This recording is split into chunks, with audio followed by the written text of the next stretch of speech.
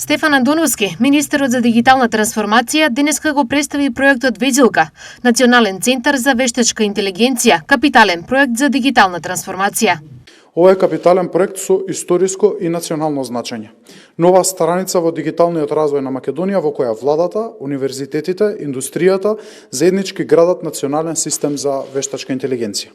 Со овој проект Македонија се позиционира како активен дел од Европската мрежа на центри за вештачка интелигенција, што представува огромен исчекор за нашата научна и технолошка заедница.